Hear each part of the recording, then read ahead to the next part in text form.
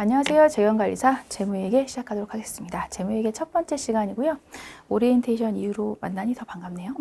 네, 시작하겠습니다. 네, 재무회계와 이론 부분으로 해서 재무보고와 국제회계 기준으로 해서 첫 번째 회계의 정의와 구분부터 보도록 할게요. 자, 회계는요. 정보 이용자가 합리적인 판단이나 의사결정을 할 수 있도록 기업 실체에 대한 유용한 경제적 정보를 식별, 측정해서 전달하는 과정입니다. 라는 부분이기 때문에 그 정보 이용자가 누구냐에 따라서 회계가 세 개로 구분이 될 수 있다라는 부분입니다. 그래서 재무회계 같은 경우는 외부의 정보 이용자에게 정보를 전달하고요. 관리회계 같은 경우는 기업의 내부 정보 이용자에게 정보를 전달하는 목적이 큽니다. 그리고 세무회계는 외부의 정보 이용자로서 그 중에서도 과세관청과의 세금을 내는 부분이기 때문에 특별하게 과세관청과의 관계에 있어서 정보를 제공하는 부분으로서 정보 이용자가 의사결정을 할 수 있도록 전달하는 과정, 유용한 정보를 전달하는 과정이다라는 부분이고요. 누가 정보 이용자에 따라서 갈려지는구나, 세 개로 나눠지는구나 라는 부분으로 해서 이해해 주시면 됩니다. 첫 번째 그 정도 이해해 주시고, 자, 우리는 재무회계에 대해서 이제 배울 거잖아요. 그래서 재무회계 관련된 걸로 해서 다시 한번 조금 회계의 정의 부분을 조금 더 보도록 할 텐데, 자, 요거 보겠습니다. 자, 정보 이용자. 자, 재무회계는요, 재무회계 측면에서 볼 거예요. 재무회계. 우리 재무회계 배울 거니까.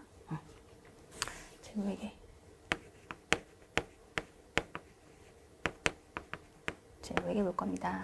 자, 재무회계에 있어서 정보 이용자는 누구일까라고 생각해 봤을 때 외부의 정보 이용자입니다. 라는 거죠. 자, 외부의 정보 이용자입니다. 라는 부분에 있어서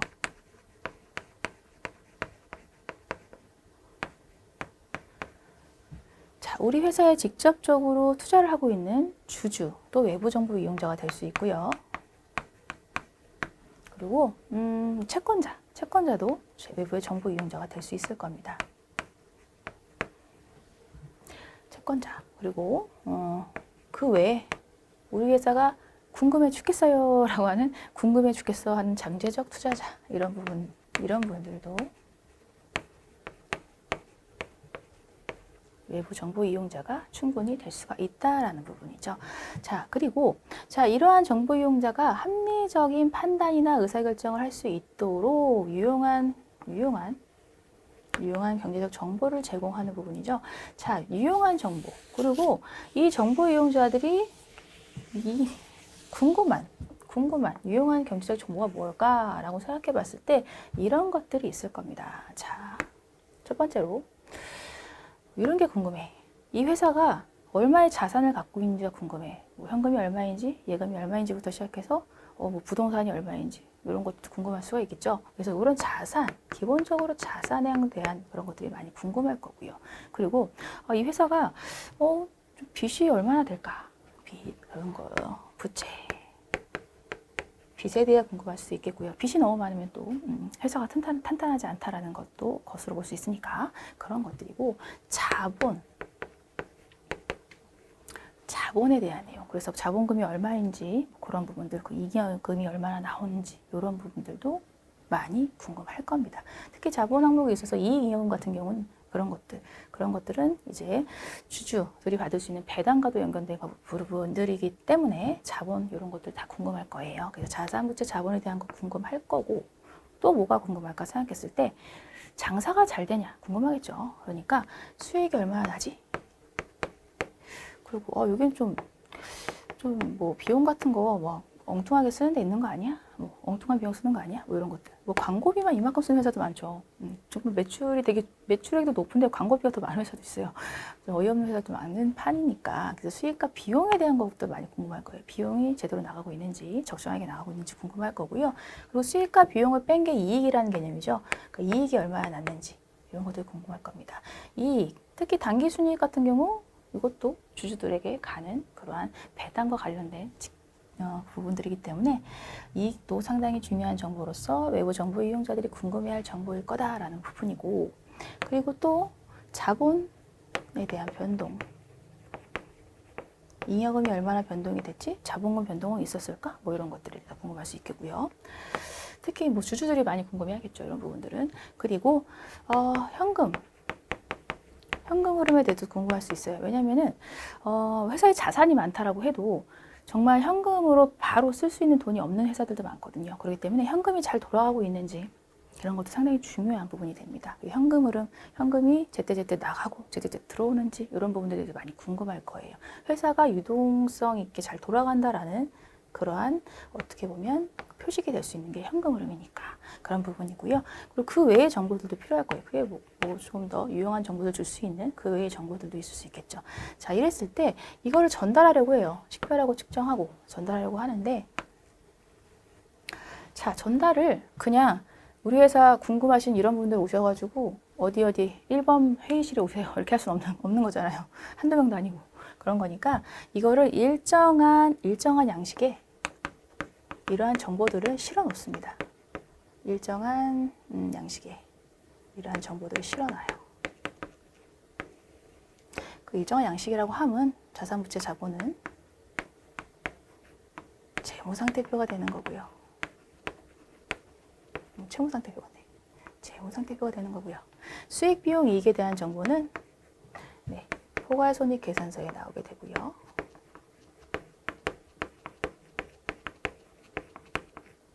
자본 변동에 관한 정보는요.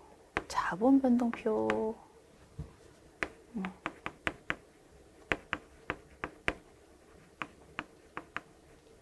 현금 흐름에 대한 정보는 현금 흐름표.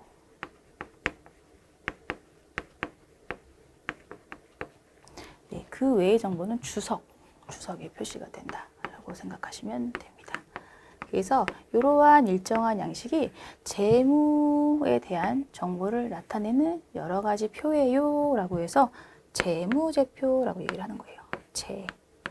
재무 상태 등을 나타내는 여러 가지 표에서 재무제표라고 얘기합니다.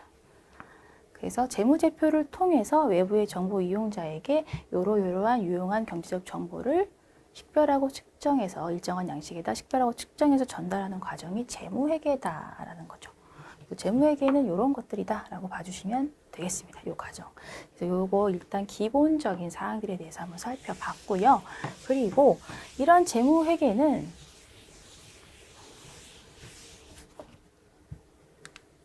다시 돌아와 보면, 자, 정리하면 다 했던 얘기입니다. 재무회계. 재무제표 중심의 회계입니다. 외부 정보 이용자들에게 의사결정 유효한 정보 제공합니다. 라는 부분이고, 그리고 관리회계는요, 비교만 할게요. 자, 요거는 기업 내부 정보 이용자, 경영자, 특히 뭐, 경영자나 의사결정자 분들이 대부분 의사결정에 유용한 정보 제공하는 부분이기 때문에 약간은 사장님 이런 생각하셔도 되겠죠. 사장님 좀 직급이 장급 이상의 분들이 되겠다라고 생각하시면 되겠는데, 그렇기 때문에 요거는 재무제표 같은 이러한 일정한 양식이 없고요. 그리고 특정한 보고 양식이 없고요. 지배받지 않습니다라는 부분입니다. 특정한 보고 양식이나 받지 않고. 그래서 재무제표와 같은 보고 양식이 별도 없다라는 거죠. 양식이 없어요. 사장님 마음에 드는 그러한 보고 양식이 베스트다라는 부분이죠. 그리고 세무회계는 과세관청과의 관계에서만 되기 때문에 요거는 요거랑 약간 별개의 거다 생각하시면 되겠죠. 이거는 외부 정보 이용자, 내부 정보 이용자. 그리고 요거에 대해서 비교하는 말 문제가 가끔 나옵니다. 그래서 그 정도, 요거 두 개만 좀 비교하시면 괜찮고요. 자, 그리고 우린 요거를 관리회계는 원가관리회계에서, 세무회계는 세무회계에서 세법에서 배울 겁니다. 네, 이렇게 간단히 정리했고요. 자, 재무회계와 재무보고로서 이제 계속 이어나가도록 하면, 재무회계와 재무제표 계속 얘기했던 부분이라서 기업의 정보 이용자들에게, 외부 정보 이용자들, 표준화된 양식 재무제표, 재무제표 5가지 다 얘기 드렸습니다. 그래서 재무제표와 재무제표, 재무회계 관련된 내용 이렇게 보시면 되고요. 자, 이런 것을 통해서 재무 보고를 하게 됨에 있어서, 자, 목적은요, 현재 및 잠재적 투자자, 대여자, 기타 채권자가 자원을 제공하는 의사결정 유용한 정보, 이렇게 똑같은 거 얘기하고 있죠. 이런 것들을 그냥 봐주시면 되겠고, 자, 여기서 중요한 거 하나, 요거 하나 갈게요. 재무보고를 위한 개념체계에서는요, 모든 외부 정보 이용자가 공통적으로 요구하는 정보를 제공한다는 점에서, 자, 우리 재무회계에서 얘기하는 재무보고는 일반 목적 재무보고라고 한다라고 얘기합니다. 왜냐하면 외부의 정보 이용자는 정말 다양해요. 다양해요. 다 주주 정보만 주면 되겠지만, 그게 아니라 다양하잖아요. 정보 이용자들이. 그렇기 때문에 그 모든 이용자들을 만족시키는 유용한 정보를 제공할 수 없다라는 거죠. 그렇기 때문에 그냥 공통적으로 이 정도 정보는 제공하면 되겠다라는 공통적으로 요구하는 정보를 제공한다는 거에서 일반 목적 재무보고라고 얘기를 합니다. 그래서 이런 것도 여러분들 봐주시면 되겠고요. 자, 그리고 국제회계 기준의 필요성이에요. 네. 요거는 다 이제 국제회계 기준. 그냥 글로벌 된다. 세계는 하나 되기 때문에 국제회계 기준이 필요하다라고 생각하시면 됩니다. 네, 그 정도 봐주시면 되고 크게 중요한 건 없고요. 요게 중요해요. 자, 국제회계 기준의 특징으로 해서 지금 국제회계 기준으로서 우리가 채택하고 있는 한국채택 국제회계 기준에서의 이러한 원칙들, 특징들과 일반 기업 회계 기준으로서 우리나라에서만 쓰는 일반 기업 회계 기준에 해당되는 이런 특징들이 다른 점들이 있습니다. 그래서 요것에 대해서 여러분들이 좀 비교해서 알아두시면 되는 부분이고요. 딱 포인트만 찍고 갈게요. 자, 국제회계 기준은요, 원칙 중심입니다. 원칙 중심. 원칙 중심이라고 하면, 자, 국제회계 기준은요, 하나의 기준을 세워놔요. 그 대신 이 국제회계 기준을 가지고 우리나라 한국채택 국제회계 기준을 썼잖아요. 그렇듯이 나라마다 채택하는 국제회계 기준이 다를 겁니다. 그렇기 때문에 이 회계 기준을 나라마다 다 이렇게 나열해서 기준을 정할 수가 없어요. 그래서 원칙 하나 딱 두고, 대원칙 하나 딱 두고 재량을 부여합니다. 라는 부분입니다. 너희 나라 실정에 맞게끔 좀 재량을 부여해 줄게 라는 거죠. 그래서 원칙 중심입니다 라는 부분이고, 일반기업 회계 기준은 우리나라에서만 쓰는 거죠. 그렇기 때문에 이건 규칙 중심이에요. 규칙 중심. 재량 부여 없어요. 그래서 우리나라 실정에 맞게 만든 회계 기준이니까 요건 요렇게 라고 딱딱 맞춰서 규칙대로 맞춰서 하라는 얘기죠. 그렇기 때문에 규칙 중심으로 재량 부여가 없습니다. 그래서 요게 큰 차이점 중에 하나. 그리고 기본 재무제표도 좀 달라요. 일반 기업 회계 기준에서는 개별 재무제표가 기본 재무제표인데, 국제회계 기준에서는 뭐 종속기업이나 지배기업 이렇게 해서 기업 간 연계 관계가 있는 경우에 기업을 하나의 실체로 봅니다. 그래서 기본 재무제표를 연결 재무제표로 봐요. 그렇기 때문에 연결 재무제표가 주 재무제표인 연결회계 중심으로 되면서 뭐 종속회사, 지배회사 모든 회사, 연결된 회사들에 대한 모든 재무제표를 같이 볼 수가 있습니다. 그런 부분이었어요. 그래서 요거 차이점이고요. 그리고 연결 재무제표가 조금 정보 이용자들에도 좋을 수 있는 점은요, 개별 재무제표를 이용을 하게 되면, 예를 들어 봤을 때, 자, 종속회사가 있고요. 지배회사부터 쓸까? 지배회사가 있고요. 지배회사가 있고, 뭐 종속회사가 있다고 합시다. 자, 개별 재무제표로 이제 재무제표 공시를 하게 되는데, 이때 이 해당 연도에 지배회사가 수익이 안 좋았어요. 수익이 좀 안 좋았고, 종속회사는 수익이 좋았단 말이죠. 그런데 이 부분에 대해서 개별 재무제표를 작성하게 되면 지배회사 입장에서 걱정이 되는 거예요. 우리 좀 수익이 좀 안 나고 조금 좀 재무제표가 좀 예쁘지 않은데? 라는 생각이 드는 거죠. 예쁘게 만들고 싶어요. 그러면 종속회사에 있는 어떤 자산, 부채, 자본, 항목, 어떤 항목을 갖고 와서 어쨌든 간에 수익이 좀 괜찮고 재무상태표도 좀 괜찮게 좀 꾸밀 수가 있는 거죠. 여기 거 갖다 써가지고. 왜냐하면 개별 재무제표이기 때문에 여기 있는 거 갖다 쓰든 상관없거든요. 여기 거만, 지배회사 거만 보이고 종속회사 거만 보이거든요. 그렇기 때문에 이렇게 분식을 할 수 있을 거라는 얘기죠. 예쁘게 꾸밀 수 있다. 분식 회계를 할 수 있었던 그런 부분들이 존재할 수 있는 게 개별 재무제표다라고 볼 수 있는데, 국제회계 기준에서는 연결 재무제표를 쓰라고 했기 때문에 이런 부분들이 조금 줄어들고, 정보 이용자들에게는 아무래도 이런 분식회계의 상의 그런 재무제표를 볼 수 있는 그 위험성이 좀 줄어들었다라고도 생각할 수가 있겠죠. 그런 얘기들. 네, 그리고 공정가치 적용 확대입니다. 라고 해서 국제회계 기준에서는 그 공정가치로 해서 시장가치를 통한 어떠한 그런 평가나 이런 것들, 자산가치 이런 것들을 그 장부가보다는 공정가치에 따라서 평가하는 부분으로서 조금 더 거기에 초점을 더 맞추는 그러한 회계를 적용을 많이 했다라고 봐주시면 되겠고요. 자, 일반기업 회계 기준에서는 제한적인 공정가치 적용하고 있다라는 부분에서 조금 더 보수주의적인 입장을 취하고 있다라고 생각하셔도 괜찮습니다. 공시의 강화입니다. 공시를 많이 하라, 널리 많이 해라. 그래 전자공시도 막 하고 있고요. 필요한 부분만 공시하는 제한공시가 일반기업 회계 기준의 그런 특징이다라고 해서 이러한 것들에 대해서 여러분들이 조금 비교해서 알아가시는 부분, 시험 목적상은 특히나 비교해서 뭐 다른 점 찾으세요 이런 것들 나올 수도 있으니까 이 정도 여러분들이 내용 챙겨 가시고요.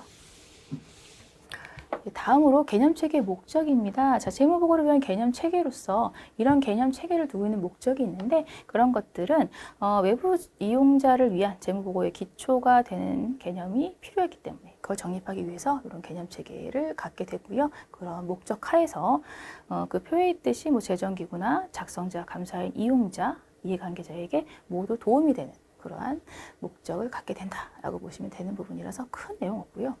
이게 중요해요. 큰 내용 없고, 자, 이런 개념 체계는요, 한국채택 국제회계 기준은 아니에요. 그렇기 때문에 어떠한 경우에도요, 한국채택 국제회계 기준에 우선할 수 없습니다. 개념 체계는 개념 체계일 뿐이지 기준에 우선할 수는 없어요. 그래서 기준이 우선입니다라고 해서 이 문구 하나는 통으로 여러분들이 머릿속에 쏙 집어넣으세요. 네. 어떠한 경우에도 개념 체계는 한국채택 국제회계 기준을 뛰어넘을 수 없다. 우선할 수 없습니다. 기준이 우선. 상당히 중요하고요. 자, 일반 목적 재무보고의 목적입니다. 라고 해서 자, 일반 목적 재무보고 앞서 말씀드렸듯이 외부 정보 이용자들에게 모든 정보를 다 제공해 줄 수는 없습니다. 그들의 입맛에 맞게끔. 그래서 공통적인 목적에 맞는 그러한 정보를 제공하는 게 일반 목적 재무보고 이런 것들이었고요. 그러한 목적하에서 정보의 수요, 제공하는 정보 이런 것들이 있는데 정보의 수요 쪽에서 봤을 때 여기서 좀 중요하게 봐주실 부분은 3번 요 정도 한번 봐주세요. 시험 문구에 좀 잘 나오는 부분 3번 정도인 것 같습니다. 자, 일반 목적 재무 보고서가요. 보고기업의 가치를 추정하는 데 도움이 되는 정보를 제공하지만 주요 이용자가 필요로 하는 모든 정보를 제공하지 않으며 제공할 수 없습니다. 요게 포인트. 자, 모든 정보를 제공하지 않고요. 그렇게 하고 싶어도 제공할 수도 없어요. 그들의 입맛에 맞는 걸 다 맞춰서 해줄 수는 없으니까. 그래서 모든 정보를 제공하지 않고요. 제공할 수도 없습니다. 요거 잘 기억해 주시고 시험 문제에 말장난으로 좀 나올 수 있는 부분이라서 이런 문구들은 좀 기억을 해주셨으면 좋겠다라고 해서 포인트 이렇게 말씀드리고 가고요. 제공하는 정보는 뭐 이렇다라고 해서 봐주시면 되겠다라는 부분입니다. 네, 그리고 기본 가정과 재무정보의 질적 특성이에요. 그래서 기본 가정, 자, 한국채택 국제회계 기준 개념 체계에서는 딱 한 가지. 요거 계속기업의 가정만을 유일한 가정으로 규정하고 있어요. 계속기업의 가정. 요거 하나, 유일무이한 가정입니다. 기본 가정.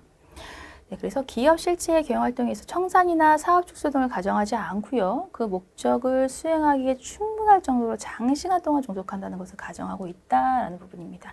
그래서 계속기업의 가정, 유일무이한 기본 가정. 아셨죠? 네, 다른 가정 없어요. 계속기업의 가정 하나밖에 없어요. 네, 이런 것들 챙겨주시고요. 그리고 다음으로 유용한 재무정보의 질적 특성입니다. 라고 해서 근본적 질적 특성과 보강적 질적 특성으로 해서 구성요소, 이렇게 구분과 구성요소 나눠져 있고요. 그리고 포괄적 제약 요인으로 해서 원가 이렇게 나와 있는데 이건 요약표일 뿐이고요. 이제 하나하나씩 말씀을 좀 드리도록 할 텐데 자, 근본적 질적 특성으로 해서 일단 여러분들 목표, 우리 재경관에서 목표잖아요. 목표 이렇게 해서 구성요소 일단 큰 카테고리 하나는 목표 이렇게 해서 좀 외워주시는 거. 일단 첫 번째 선행돼야 될 암기. 요조 암기가 좀 필요해요. 네, 요거고요. 자, 근본적 질적 특성. 자, 목적 적합성, 표현의 충실성이 있는데 목적 적합성은 재무정보의 질적 특성으로 이렇게 생각하시면 될 것 같아요. 지금 재무회계는 외부 정보 이용자에게 유용한 정보를 제공하고자 하는 그러한 목적이잖아요. 그런 목적에 적합한 정보를 제공하겠다. 그런 재무정보를 주겠다라는 게 근본적 질적 특성의 목적 적합성을 생각하시면 괜찮으실 것 같습니다. 네, 그런 얘기 드리고요. 너무 개념적인 부분에 너무 치우치지 마시고 일단 여러분들이 수업 목적상 가져가실 분들은 구성요소, 암기 이런 것들이에요. 네, 일단 그래서 구성요소, 근본적 질적 특성은 목표 해주시고요. 그리고 자, 이 중에서 이제 여러분들이 또 하나하나 또 들어가셔야 됩니다. 근본적 질적 특성에서 목적적 합성에 해당되는 하부 요소 세 가지. 네, 그리고 표현의 충실성에 해당되는 하부 요소 세 가지. 이렇게 해서 구분해서 여러분이 또 하셔야 된다라고 말씀드릴게요. 이런 건 암기 어쩔 수 없어요. 네, 목적 적합성으로 해서 하부 요소 세 가지 있어요. 자, 예측가치 그리고 피드백 가치. 그래서 예측 가치, 피드백 가치는 확인 가치라고도 얘기를 해서 확인 가치로 책에는 아마 써 있을 겁니다. 네, 그리고 중요성.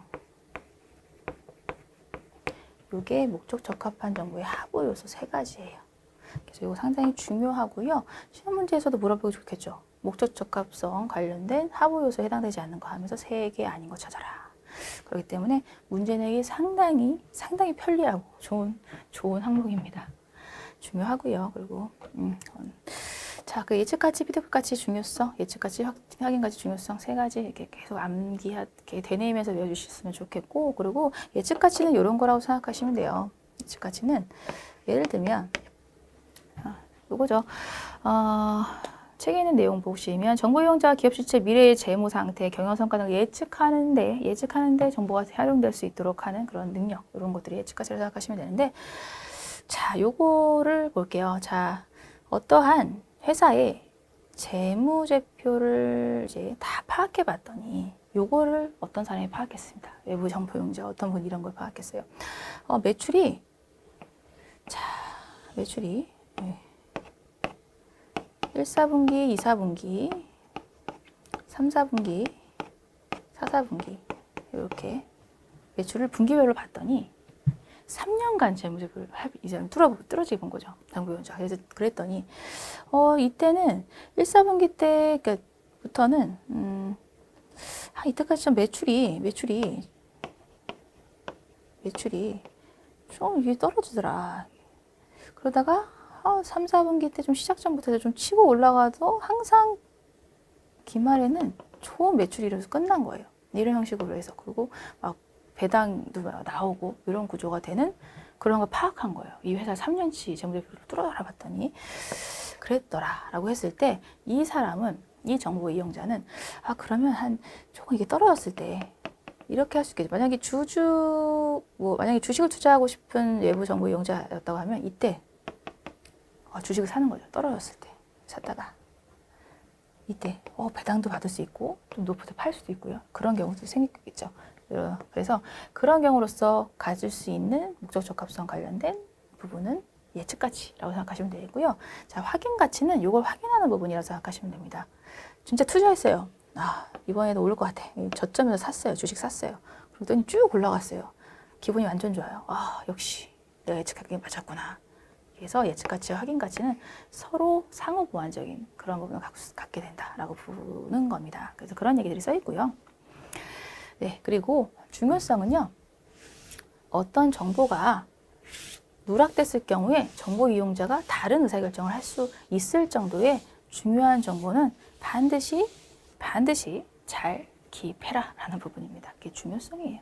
네, 그래서 그런 얘기들이 쭉 써져 있는 겁니다. 그래서 여기 있는 부분들은 일단은 여러분들이 시간이 많이 없으니까 예확중 이렇게 좀 여러분들 방식대로 빨리 외우는 방식을 일단 찾아주시고요.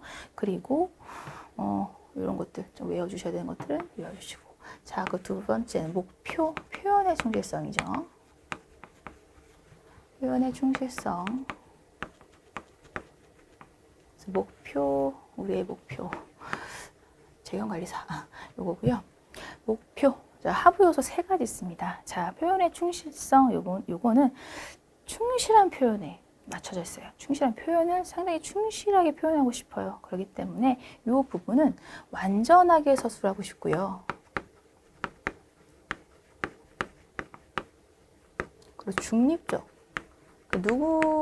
정보 이용자 중에서 어느 누구에게 편의적인 정보를 제공하면 안 되기 때문에 중립적인 서술이 필요하다라는 부분입니다. 네, 그리고 오류가 없어야죠. 오류 배제.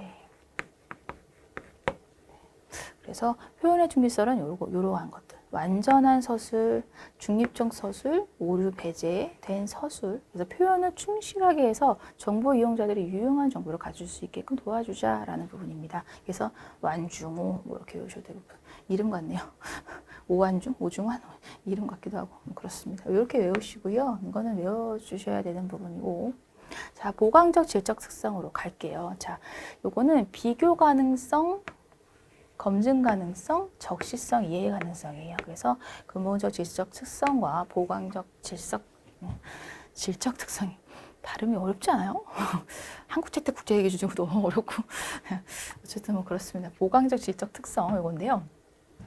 요 구성도 4가지 있어요. 그래서 요거랑 이제 막 섞어서 내는 것들 많겠죠. 보강적 질적 특성에 해당되지 않는 거 무엇입니까? 이런 식으로 내기도 좋고요. 일단 카테고리 먼저 기억하시고 이런 것들 문제가 나올 때 여러분들이 이제 속지 않도록 잘 구분을 해 나가셔라. 카테고리 잘 구분해 나셔라. 라는 부분 강조드립니다. 자, 비교 가능성 요거 부분에 대해서 먼저 말씀드리면 요거는 비교 가능성은 요거예요. 비교 가능하도록 하는 부분이다. 라는 게 비교 가능성인데요. 말 그대로 왜 비교 가능성 이렇게 얘기하면 그래 나도 알아. 나도 한국을 읽을 줄 알아. 이렇게 하실 수 있겠지만 예, 여기 비교 가능성은 요거예요. 기간별로 비교가 가능하게끔 하는 부분 필요하고요. 그리고 기업별로도 비교 가능하도록 이렇게 재무 정보를 제공해야 된다라는 부분입니다. 그래서 기간별로 비교를 할 수 있게끔 하는 건 뭐 정기와 단기 비교하게끔 한다던가 이런 형식이 될 수 있게끔 일관성 있게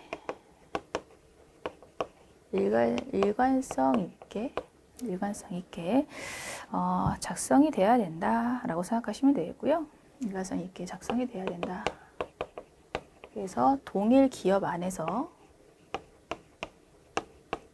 기업 내에서 기간별로 뭐 정기든 단기든 분기별이든 간에 기간별로 비교가 가능하도록 작성이 돼야 된다. 그래야 유용한 정보를 제공할 수 있다라고 봐주시면 되겠고, 자, 기업별 요거는 A 기업, B 기업, C 기업, 뭐 외부 정보 이용자 우리 회사 것만 보는 게 아니라 다른 기업의 재무제표도 보면서 서로 간의 기업을 비교할 거 아닙니까? 그렇기 때문에 통일성 있게 기업 간 작성이 돼야지 기업별로 비교 가능해서 유용한 정보를 제공할 수 있다는 부분으로 여러분들이 파악하시면 됩니다. 그래서 일관성이 비교 가능성이고 통일성이 비교 가능성이라는 건 아니고요. 이꼴은 아니고 이러한 관점에서 작성이 돼야지 비교 가능성을 가진 유용한 재무 정보를 줄 수 있는 부분으로서 해당이 될 수 있다라고 보시면 될 것 같습니다.